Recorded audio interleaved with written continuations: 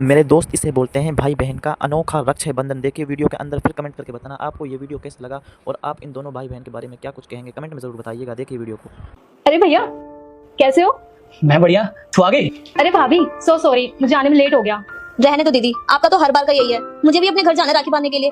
भाभी मैं तो घर से टाइम से ही निकली थी, लेकिन त्योहार के चक्कर में मुझे ऑटो ही नहीं मिला। गुन्नू तुम्हारे पास तो अपनी गाड़ी है, फिर ऑटो से क्यों आई? भैया वो गाड़ी सर्विसिंग के लिए गई है। अरे तो जीजा जी को बोल देती, वो छोड़ देते तेरे को।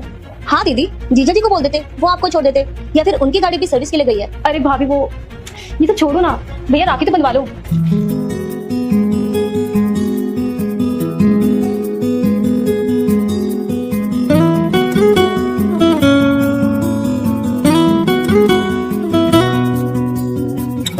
बता गिफ्ट में तुझे क्या चाहिए? कुछ नहीं भैया, बस आपका हमेशा ऐसी साथ चाहिए। वो तो नहीं मिलेगा दीदी। ये कैसी बचकानी बातें कर रही हो? बोलने से पहले सोच तो लिया करो क्या बोल रही हो। मैं कुछ गलत नहीं समझ रही हूँ। जब ये हमें अपना नहीं समझती हैं, तो हम इनका साथ क्यों देंगे?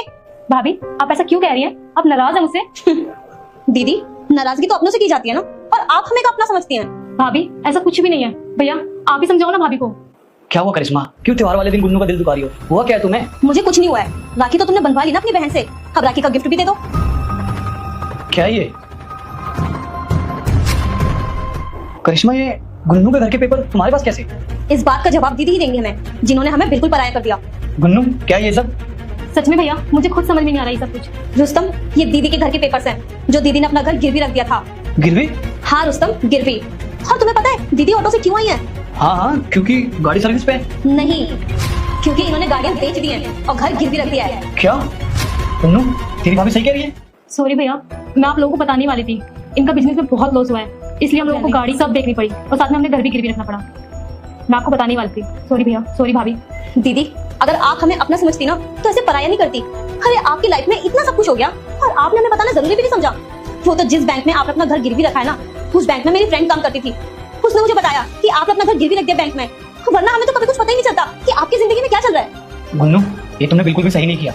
सॉरी भैया, मैं आपको बताने ही वाली थी, फिर मुझे लगा भाभी आपको मेरी हेल्प नहीं करने देंगी, इसलिए मैंने कुछ नहीं बताया। सॉरी भाभी, मैंने आपको बहुत गलत समझा।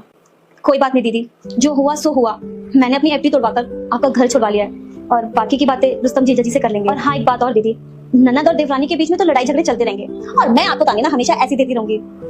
पर मुझे इस रक्षाबंधन पर आपसे एक प्रॉमिस चाहिए।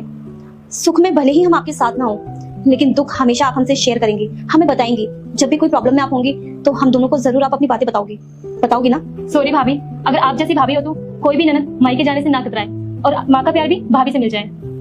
अच्छा बहुत हो गया इमोशनल ड्रामा। अब जल्दी से अपना गिफ्ट लो, मुझे भी अपने घर जाना है भैया को राखी बांधने। ये ले अपने घर के पेपर।